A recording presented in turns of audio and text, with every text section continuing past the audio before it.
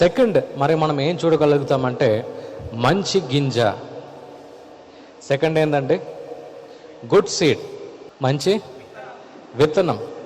ఒకసారి ఒక గొప్ప రాజు ఆయన ఉన్నాడంట. సో ఆయన యొక్క లైఫ్లో నెక్స్ట్ ఆయన తర్వాత ఎవరో వాళ్ళ ఫ్యామిలీలో ఆయనకి ఎవరు కూడా తెలియదు అన్నమాట. అంటే ఆయన పిల్లలు లేరు, సంతానం లేదన్నమాట. సో వెంటనే ఈ రాజు మాత్రం ఆయన ఏం చేస్తాడంటే తెలుసా, వెంటనే ఆయన ఆలోచిస్తాడంట, ఇంత పెద్ద రాజ్యాన్ని నేను కట్టాను, మరి నేను ఎవరికి ఇవ్వాలి ఈ పోస్ట్ అని చెప్పేసి ఆయన ఒకసారి ఆలోచిస్తూ ఉన్నాడంట. అంటే నేను ఈ పోస్ట్ ఇవ్వాలి, నా తర్వాత ఈ ప్రజలందరూ కూడా బాగుండాలి కదా అని చెప్పేసి ఆయన ఆలోచిస్తూ ఉన్నాడంట. వెంటనే అటు ఇటు చుట్టూ చూసాడంట, చాలామంది ఉన్నారంట కాంపిటీషన్కి. అంటే చాలా జ్ఞానులు ఉన్నారంట, చాలా మంత్రులు ఉన్నారంట, ఆయనకన్నా ఎక్స్పీరియన్స్ ఎక్కువ ఉన్నవారు కూడా మరి ఆయన చుట్టూ ఉన్నారంట. మరి ఆయన ఆలోచిస్తున్నాడంట, మరి నేను ఎవరికి ఇవ్వాలి ఈ రాజ్యము, మరి నా తర్వాత నేను ఎవరికి ఇవ్వాలని చెప్పేసి అటు ఇటు కూడా ఆయన చూస్తూనే ఉన్నాడంట. వెంటనే ఆయన దగ్గర ఉన్న నమ్మకంగా ఉన్న వారు అందరినీ పిలిచాడంట, 7 మందిని పిలిచాడంట. 7 మంది దగ్గర కూడా ఆయన ఏమన్నాడంటే, నేను మీ అందరి దగ్గర ఒక గింజ ఇవ్వబోతున్నా. ఏం చేస్తా, ఒక గింజ ఆ మ్యాంగో చెట్టో ఏదో ఒక గింజ నేను మీకు ఇవ్వబోతున్నాను. మీరేం చేయాలంటే మీరు దాన్ని నాటి 1 సంవత్సరం లోపు ఎవరు మంచి చెట్టు బయటికి తీసుకొస్తారో వారికి నేనేం చేస్తానంటే నా రాజ్యాన్ని నేను మీకు ఇచ్చేస్తాను అన్నాడంట. వెంటనే అక్కడ ఉన్న వాళ్ళందరూ కాంపిటీషన్ పెరిగిందంట. అబ్బా, రాజ్యాన్ని ఇచ్చేస్తాడా, ఒక చెట్టు పెంచితే రాజ్యమే ఇచ్చేస్తాడా? అంటే ఈ ప్యాలెస్ మనదే, ఏది భవనము, ఈ భవనము మనదే, ఈ డబ్బు మనదే, ఈ ప్రజలు మనదే. అబ్బాయి ఒక్క చెట్టు పెంచేస్తే చాలు మనం లైఫ్లో సెటిల్ అయిపోవచ్చు అని చెప్పేసి అక్కడున్న 7 మంది దగ్గర కూడా ఆయన ఏం చేశాడంటే, మరి ఇలా గింజలు ఇచ్చేసి, అమ్మ మరి మీరు 1 సంవత్సరం తర్వాత మిమ్మల్ని నేను కలుస్తాను, మీరేం చేయాలి, ఎవరి చెట్టు పెద్దగా ఉందో, ఎవరి చెట్టు ఫాస్ట్గా గ్రో అవుతుందో వాళ్ళకి నేనేం చేస్తా, ఈ రాజ్యాన్ని ఇచ్చేస్తా అన్నాడంట.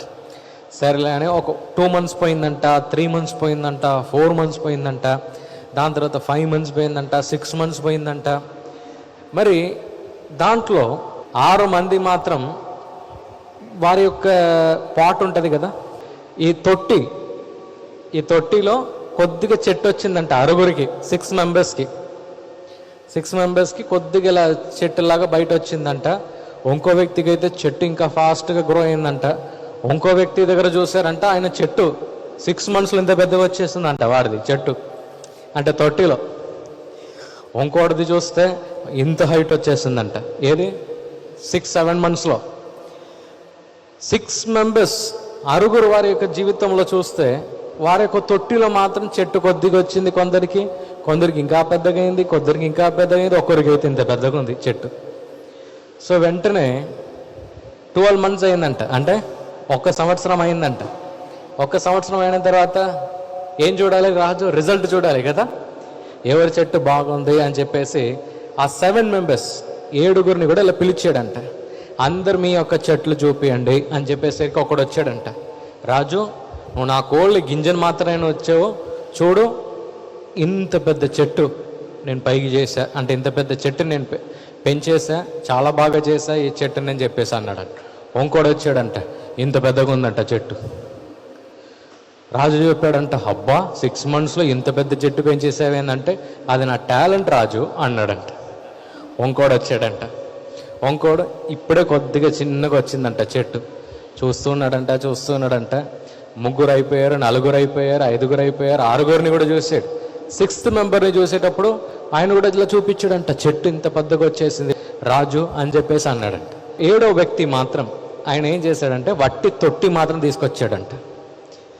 తొట్టి మాత్రం తీసుకొస్తే రాజు ఇలా చూసాడంట. చూసేసి మరి ఎందుకు నీకు మాత్రం చెట్టు రాలేదంటే ఆయన అన్నాడంట, రాజు నేను అన్నీ ట్రై చేశా. ఏం చేశా? అన్నీ ట్రై చేశా.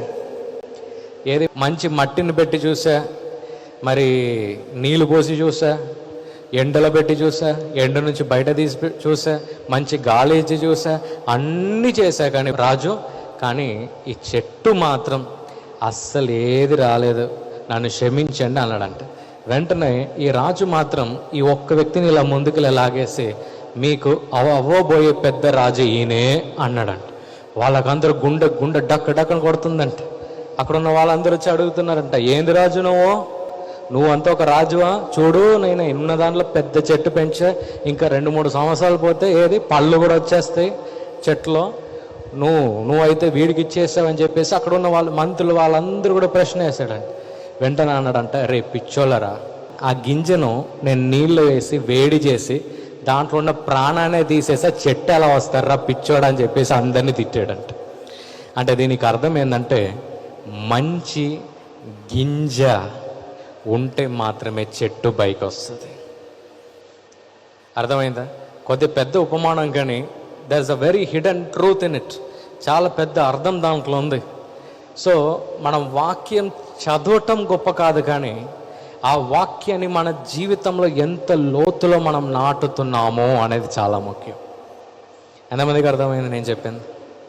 ఎస్. సో ఇక్కడ ప్రభు కూడా అదే మనతో మాట్లాడుతున్నాడండి.